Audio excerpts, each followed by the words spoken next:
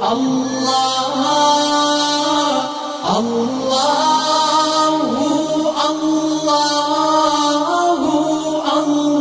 رب اشرح لی صدری ویسر لی امری واحلل عقدۃ من لسانی یفقہوا قولی رب زدنی علما رب یسر ولا تعسر وتمم بالخیر ربنا اتمم لنا نورنا واغفر لنا انک علی کل شیء قدیر۔ پھر وہ واقعہ یاد کرو کہ جب موسیٰ علیہ السلام نے اپنی قوم سے کہا کہ اللہ تمہیں ایک گائے ذبح کرنے کا حکم دیتا ہے، کہنے لگے کیا تم ہم سے مذاق کرتے ہو؟ موسیٰ نے کہا کہ میں اس سے خدا کی پناہ مانگتا ہوں کہ جاہلوں کی سی باتیں کروں۔ بولے اچھا، اپنے رب سے درخواست کرو کہ وہ ہمیں اس گائے کی کچھ تفصیل بتائے۔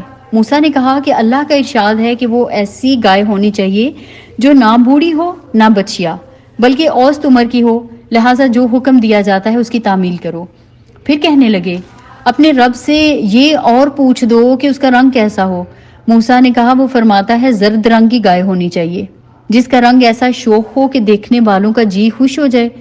پھر بولے اپنے رب سے صاف صاف پوچھ کر بتاؤ کہ کیسی گائے مطلوب ہے، ہمیں اس کے تعین میں اشتباہ ہو گیا ہے، اللہ نے چاہا تو ہم اس کا پتہ پا لیں گے۔ موسیٰ علیہ السلام نے جواب دیا اللہ کہتا ہے کہ وہ ایسی گائے ہے جس سے خدمت نہیں لی جاتی، نہ زمین جوتتی ہے نہ پانی کھینچتی ہے، صحیح سالم اور بے داغ ہے۔ اس پر وہ پکار اٹھے کہ ہاں اب تم نے ٹھیک پتہ بتایا۔ پھر انہوں نے اسے ذبح کیا، ورنہ وہ ایسا کرتے معلوم نہ ہوتے تھے۔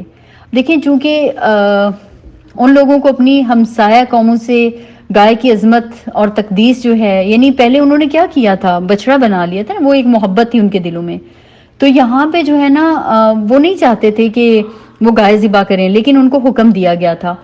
یہاں پہ ان کے امتحان تھا نا ایمان کا، اور اب اگر وہ واقعی اللہ کے سوا کسی کو معبود نہیں سمجھتے تو یہ عقیدہ اختیار کرنے سے پہلے، یعنی جس بت کو معبود سمجھتے رہے ہیں اسے اپنے ہاتھوں سے توڑیں، وہ گائے کی پوجا کرتے رہے ہیں، تو اب ظاہر ہے یہاں پہ اس کو ذبح کرنا پڑے گا۔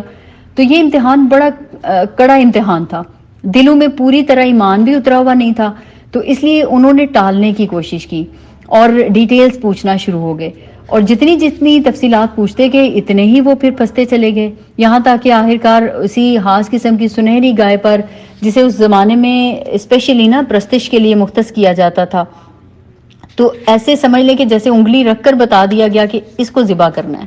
اور بائبل میں بھی اس کا ذکر ہے، اللہ تعالیٰ نے فرمایا کہ اس وقت ہم نے حکم دیا کہ مقتول کی لاش کو اس کے ایک حصے سے ضرب لگاؤ، دیکھو کہ اس طرح اللہ مردوں کو زندگی بخشتا ہے اور تمہیں اپنی نشانیاں دکھاتا ہے تاکہ تم سمجھو، مگر ایسی نشانیاں دیکھنے کے بعد بھی آخرکار تمہارے دل سخت ہو گئے، پتھروں کی طرح سخت، بلکہ سختی میں کچھ ان سے بھی بڑے ہوئے، کیونکہ پتھروں میں سے تو کوئی ایسا بھی ہوتا ہے جس میں سے چشمے پھوٹ بہتے ہیں، کوئی پھٹتا ہے تو اس میں سے پانی نکل آتا ہے، اور کوئی خدا کے خوف سے لرز کر گر بھی پڑتا ہے۔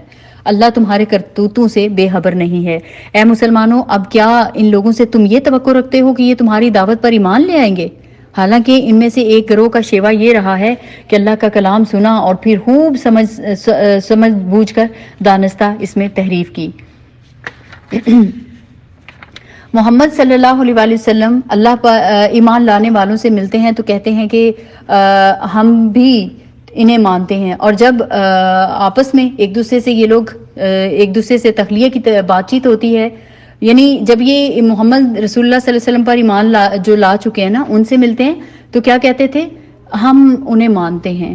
مسلمانوں سے ملتے تھے نا، پیچھے منافقین کا بھی ذکر آیا تھا سورہ بقرہ میں آیت نمبر 8 میں جو ذکر تھا، تو وہ بھی یہی بتایا گیا تھا اس میں بھی کہ جب آپس میں ایک دوسرے سے تخلیہ کی بات چیت ہوتی ہے تو کہتے ہیں کہ بیوقوف ہو گئے ہو، ان لوگوں کی وہ باتیں بتاتے ہو جو اللہ نے تم پر کھولی ہیں تاکہ تمہارے رب کے پاس تمہارے مقابلے میں انہیں حجت میں پیش کریں، اور کیا یہ جانتے نہیں ہیں جو کچھ یہ چھپاتے ہیں اور جو کچھ ظاہر کرتے ہیں؟ اللہ کو سب باتوں کی خبر ہے۔ ان میں ایک دوسرا گروہ امیوں کا ہے جو کتاب کا علم تو رکھتے نہیں، بس اپنی بے بنیاد امیدوں اور آرزوؤں کو لیے بیٹھے ہیں اور محض وہم اور گمان پر چلے جا رہے ہیں، پس ہلاکت اور تباہی ہے ان لوگوں کے لیے جو اپنے ہاتھوں سے شرع کا نوشتہ لکھتے ہیں، پھر لوگوں سے کہتے ہیں یہ اللہ کے پاس سے آیا ہوا ہے تاکہ اس کے معاوضے میں تھوڑا سا فائدہ حاصل کر لیں۔ ان کے ہاتھوں کا یہ لکھا بھی ان کے لیے تباہی کا سامان ہے، اور ان کی یہ کمائی بھی ان کے لیے باعث ہلاکت ہے۔ وہ کہتے ہیں کہ دوزخ کی آگ ہمیں ہرگز چھونے والی نہیں ہے، الا یہ کہ چند روز کی سزا مل جائے تو مل جائے۔ اب یہاں پہ ذرا غور کیجیے گا، ہم مسلمان بھی کچھ ایسے ہی عقیدے لیے بیٹھے ہیں ہم لوگ نا بچپن سے یہ چیزیں سنتے آئے ہیں. اکثر لوگ یہ کہتے ہوتے تھے، اکثر لوگوں سے ہم سنا کرتے تھے کہ اچھا کوئی بات نہیں، ہم مسلمان ہیں نا تو مسلمان تو جائے گا ہی جنت میں. ہم اگر مر گئے اور کوئی غلطیاں ہوئیں نا تو جہنم میں اگر ہم جائیں گے بھی نا تو کچھ دن کے لیے جائیں گے، اور پھر اس کے بعد تو ہم نے جنت میں ہی جانا ہے. کون سا ہم نے ہمیشہ جہنم میں رہنا ہے. یہودی جو تھے نا ان کا بھی کچھ ایسا ہی کانسیپٹ تھا. یہود بھی یہی کہتے تھے کہ کہتے تھے وہ اللہ رب العزت نے کیا فرمایا، ان کی بات کو کوٹ کیے کہ وہ کہتے ہیں کہ دوزخ کی آگ ہمیں ہرگز چھونے والی نہیں الا یہ کہ چند روز کی سزا مل جائے تو مل جائے. اللہ نے ان کو کیا جواب دیا ہے؟ اللہ تعالیٰ فرماتے ہیں ان سے پوچھو کیا تم نے اللہ سے کوئی عہد لے لیا ہے کہ جس کی خلاف ورزی وہ نہیں کر سکتا، یا بات یہ ہے کہ تم اللہ کے ذمہ ڈال کر ایسی باتیں کہہ دیتے ہو جن کے متعلق تمہیں علم ہی نہیں ہے کہ اس نے ان کا ذمہ لے لیا ہے. آخر تمہیں دوزخ کی آگ کیوں نہیں چھوئے گی؟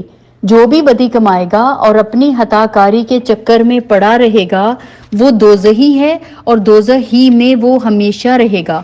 اور جو لوگ ایمان لائیں گے اور نیک عمل کریں گے جنت میں جانے کے لیے نا، آخرت کی ہمیشہ کی کامیابیاں پانے کے لیے نا شرط لگائی گئی. یا پورا قرآن کھول کر دیکھ لے، کہیں پہ بھی نہیں فرمایا کہ والذین آمنوا اولئک اصحاب الجنہ، نہ شرط رکھ دی گئی ہے والذین آمنوا وعملوا الصالحات اولئک اصحاب الجنہ ہم فیہا خالدون.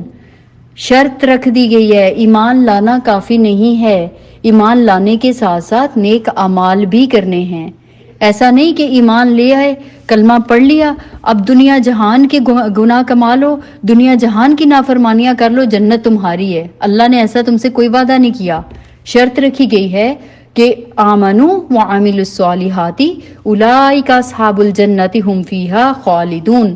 جو لوگ ایمان لائیں گے اور نیک عمل کریں گے وہی جنتی ہیں اور جنت میں وہ ہمیشہ رہیں گے.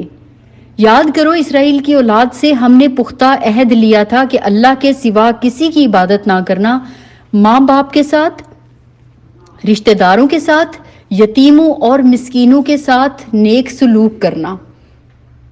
اب دیکھیں جہاں پہ بھی اللہ کے بات آتی ہے نا، اللہ کے ساتھ شرک نہ کرو، اس کے فوراً بعد والدین پر احسان کی بات آتی ہے. اور ہم لوگوں نے کیا کیا ہوا ہے؟ آج والدین کو کہاں پہ کھڑا کر دیا ہے؟ ہر جگہ والدین کی نافرمانی ہوتی ہے. والدین کو ہم لوگوں نے بالکل نہ سمجھ لیا ہے کہ بس ان کا نہ ہمیں پال پوس کے نا تو انہوں نے کوئی بڑا احسان نہیں کیا، نہ ہی ان پر کوئی ہمارا حق ہے. اللہ نے جہاں بھی بات کی ہے نا، بنی اسرائیل سے بھی یہی عہد لیا تھا کہ اللہ کے سوا کسی کی عبادت نہ کرنا، ماں باپ کے ساتھ، رشتہ داروں کے ساتھ، یتیموں اور مسکینوں کے ساتھ نیک سلوک کرنا، لوگوں سے بھلی بات کہنا، نماز قائم کرنا اور زکوٰۃ دینا. مگر تھوڑے آدمیوں کے سوا تم سب اس عہد سے پھر گئے اور اب تک پھرے ہوئے ہو.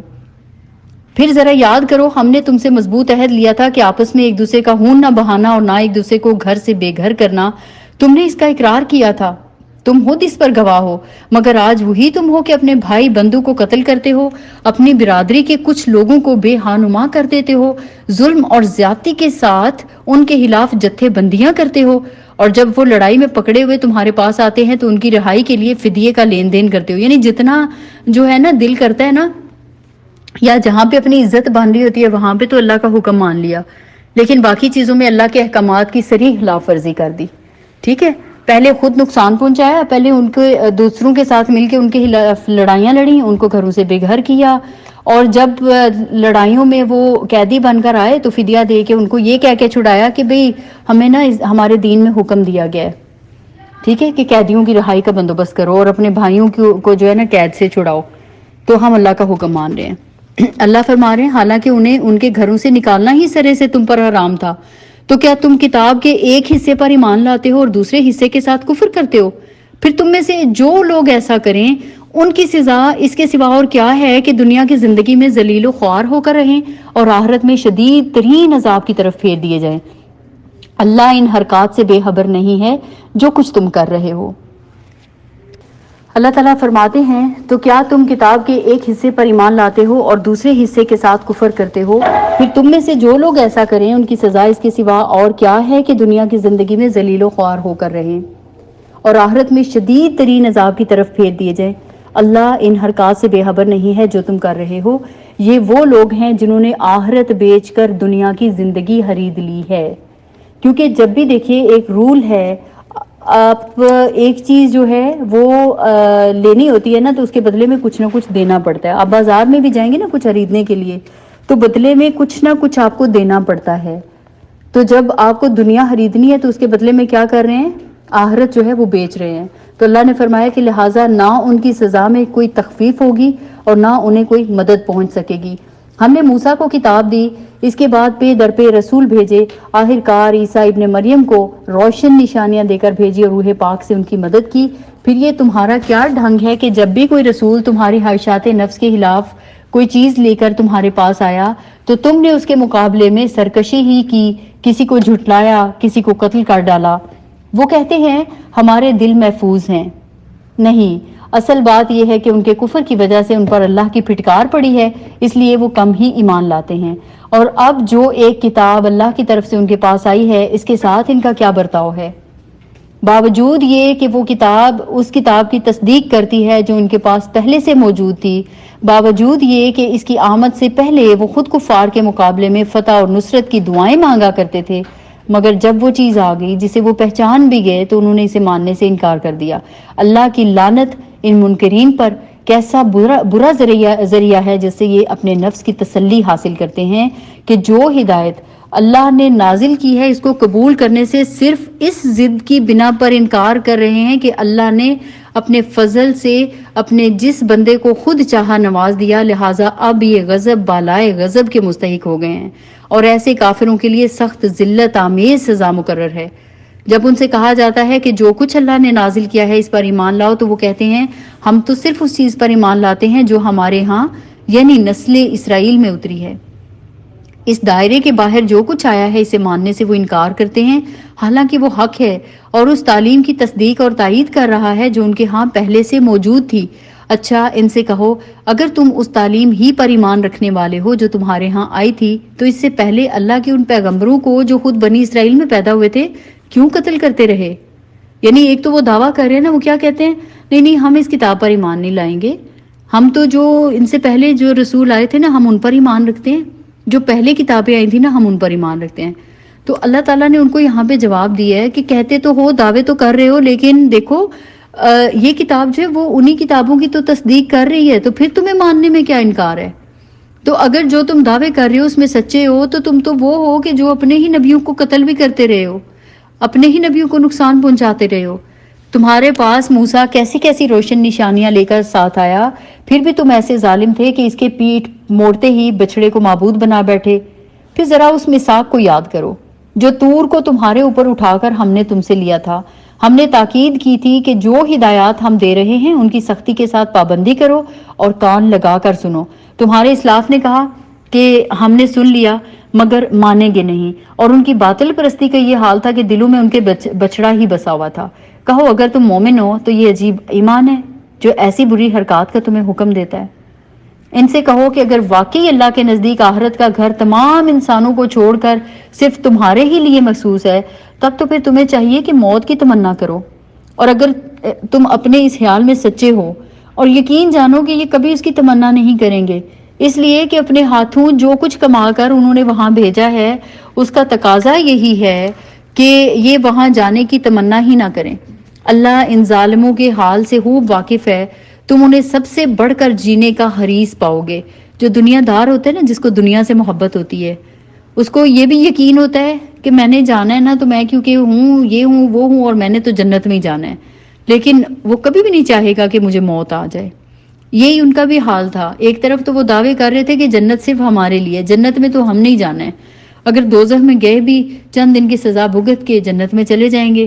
ایک تو یہ دعوے، اور اوپر سے مرنا بھی نہیں چاہتے، وہاں جانا بھی نہیں چاہتے، دنیا کے حریص بھی ہیں۔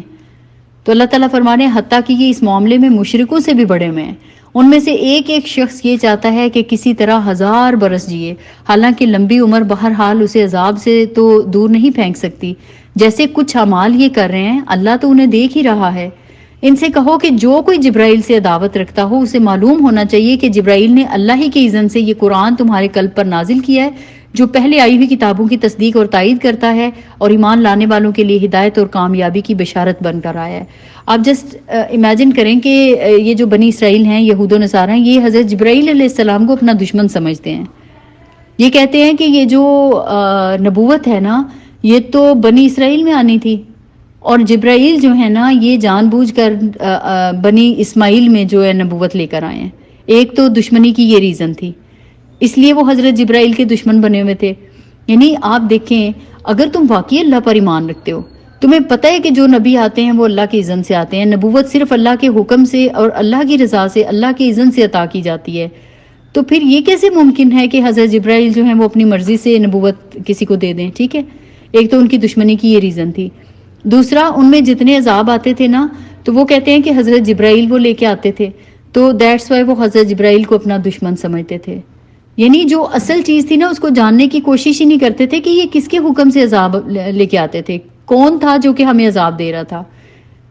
ہمارا رب ہم سے ناراض تھا، ہم نے اپنے رب کو ناراض کیا، تو ہم اس کو راضی کرنے کی کوششیں کیوں نہیں کرتے؟ الٹا وہ جو فرشتے کے ساتھ دشمنی لگا کر بیٹھے ہوئے ہیں۔ تو اللہ تعالیٰ نے فرمایا ہے کہ ان سے کہو کہ جو کوئی جبرائیل سے دعوت رکھتا ہو اسے معلوم ہونا چاہیے کہ جبرائیل نے اللہ ہی کے اذن سے یہ قرآن تمہارے قلب پر نازل کیا، جو پہلی آئی ہوئی کتابوں کی تصدیق اور تائید کرتا ہے اور ایمان لانے والوں کے لیے ہدایت اور کامیابی کی بشارت بن کر آیا ہے۔ اگر جبرائیل سے ان کی عداوت کا سبب یہی ہے تو کہہ دو کہ جو اللہ، اس کے فرشتوں اور اس کے رسولوں اور جبرائیل اور میکائیل کے دشمن ہیں، اللہ ان کافروں کا دشمن ہے۔ ہم نے تمہاری طرف ایسی آیات نازل کی ہیں جو صاف صاف حق کا اظہار کرنے والی ہیں، اور ان کی پیروی سے صرف وہی لوگ انکار کرتے ہیں جو فاسق ہیں۔ کیا ہمیشہ ایسا ہی نہیں ہوتا رہا کہ جب انہوں نے کوئی عہد کیا تو ان میں سے ایک نہ ایک گروہ نے اسے ضرور ہی بالائے طاق رکھ دیا؟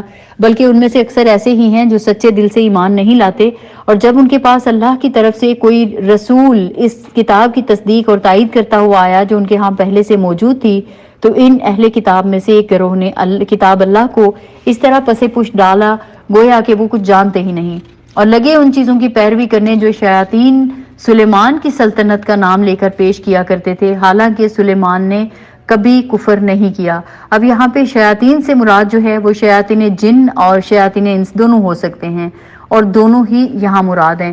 قرآن میں دو طرح کے شیاطین کا ذکر ہے، ایک وہ جو کہ جنات ہیں، اور ایک انسانوں میں سے جو ہیں وہ شیاطین ہیں۔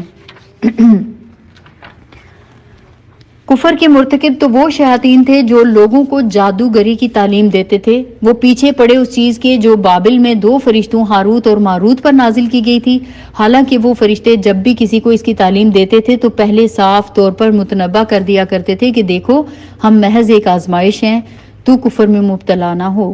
پھر بھی یہ لوگ ان سے وہ چیز سیکھتے تھے جس سے شوہر اور بیوی میں جدائی ڈال دیں۔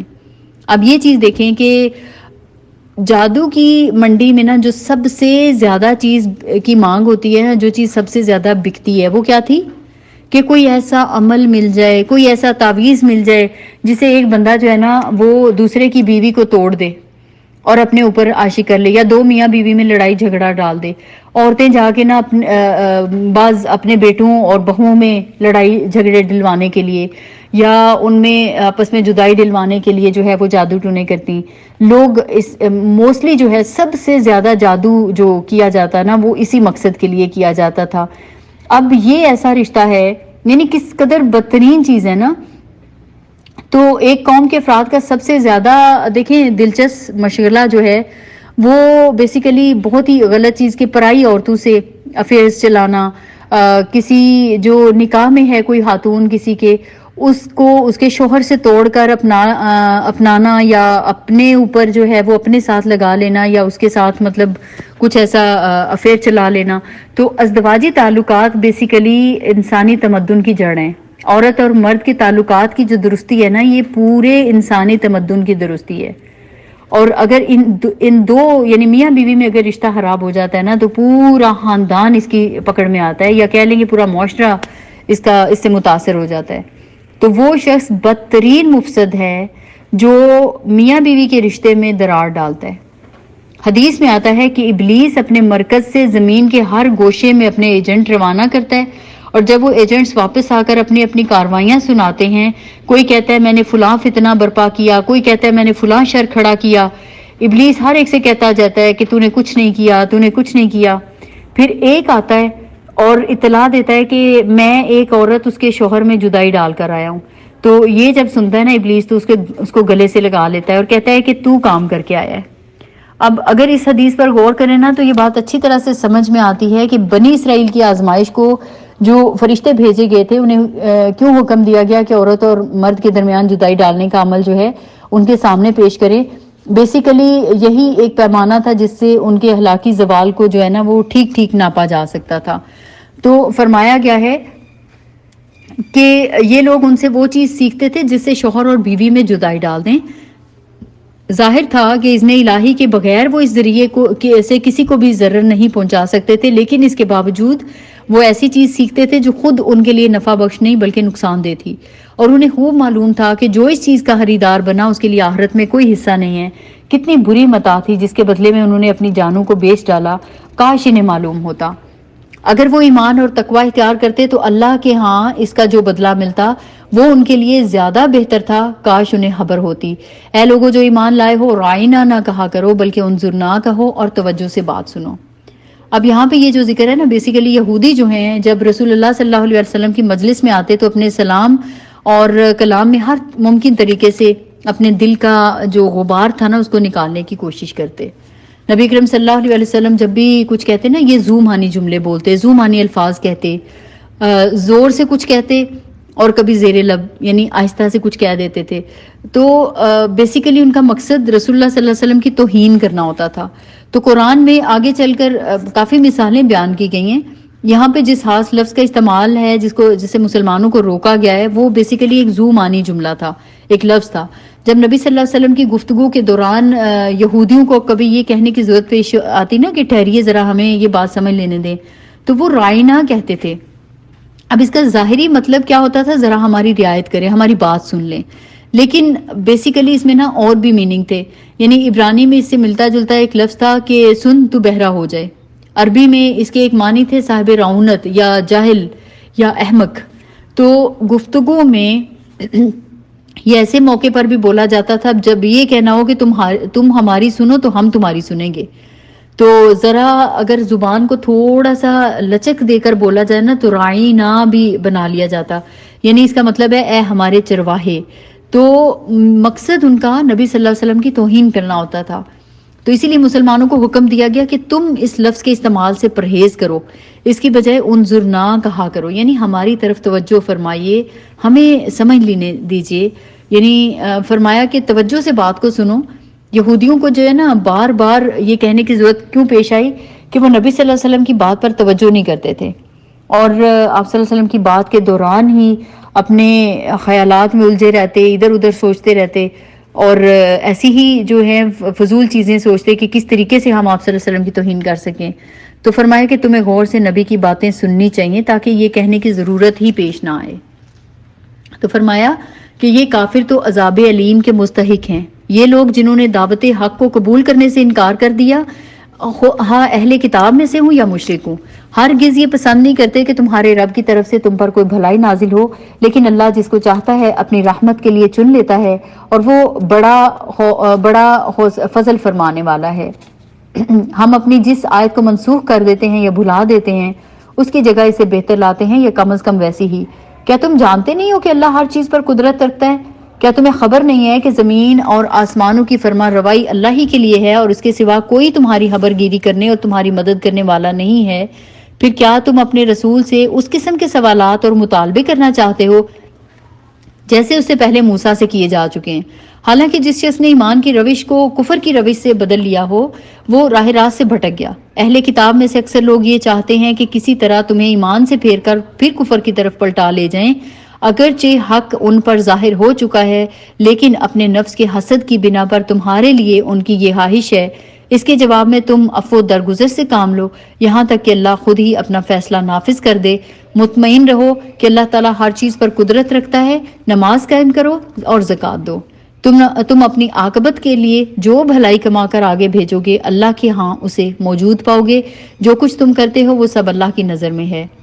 ان کا کہنا ہے کہ کوئی شخص جنت میں نہیں جائے گا جب تک کہ وہ یہودی نہ ہو یا عیسائیوں کے خیال کے مطابق عیسائی نہ ہو۔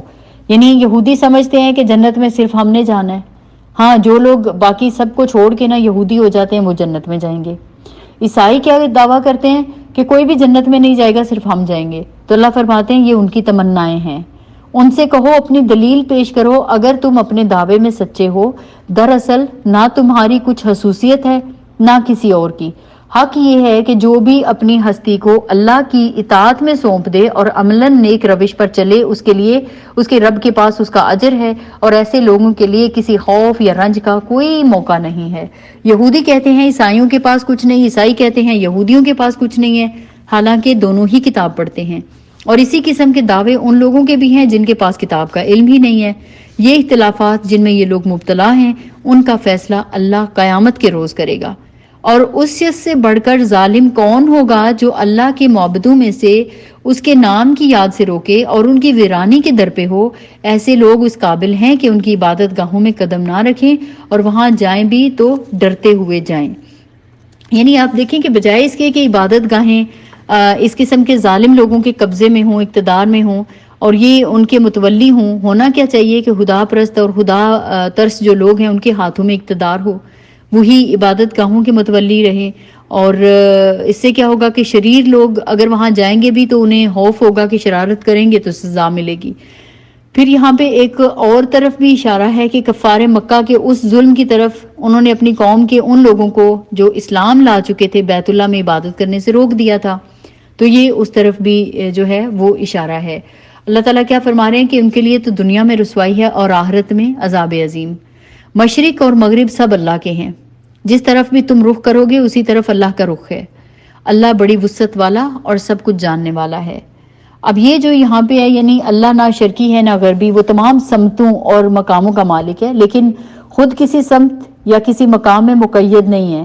لہٰذا اللہ کی عبادت کے لیے کسی سمت یا کسی مقام کو مقرر کرنے کے معنی یہ نہیں ہے کہ اللہ تعالیٰ وہاں پہ رہتا ہے یا اس طرف رہتا ہے، اور نہ یہ کوئی جھگڑا کرنے کی یا بحث کرنے کی بات ہے کہ پہلے تو تم وہاں یا اس طرف عبادت کرتے تھے، اب تم نے اس جگہ یا اس سمت کو کیوں بدل لیا ہے۔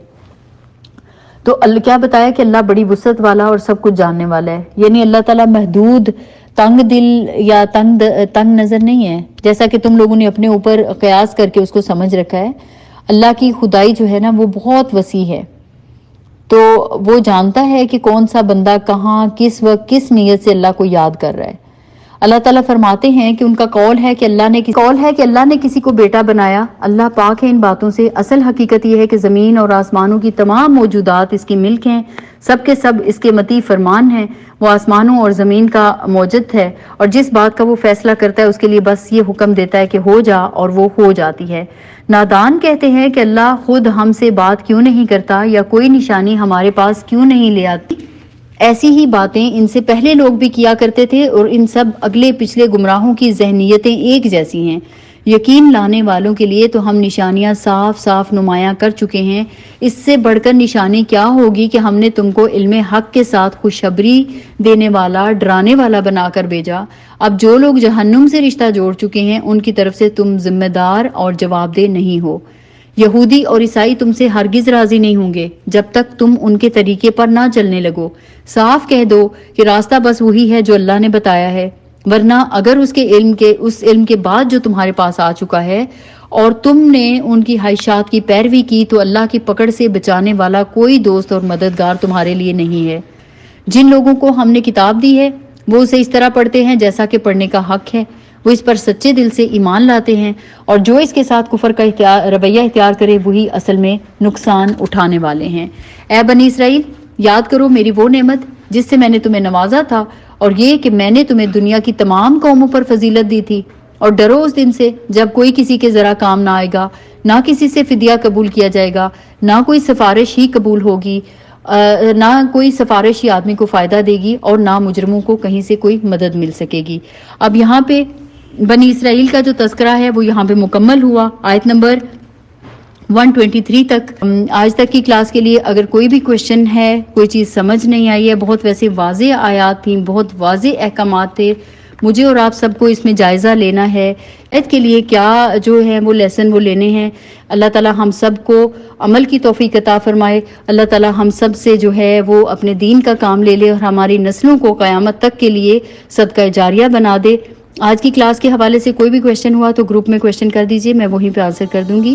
آج کی کلاس ختم کرتے ہیں۔ وما علینا الا البلاغ، اللہم اغفر لنا قبل الموت وارحمنا عند الموت ولا تعذبنا بعد الموت ولا تحاسبنا یوم القیامہ انک علی کل شیء قدیر، اللہم اغفر للمؤمنین والمؤمنات والمسلمین والمسلمات، سبحانک اللہم وبحمدک ونشہد ان لا الہ الا انت ونستغفرک ونتوب الیک۔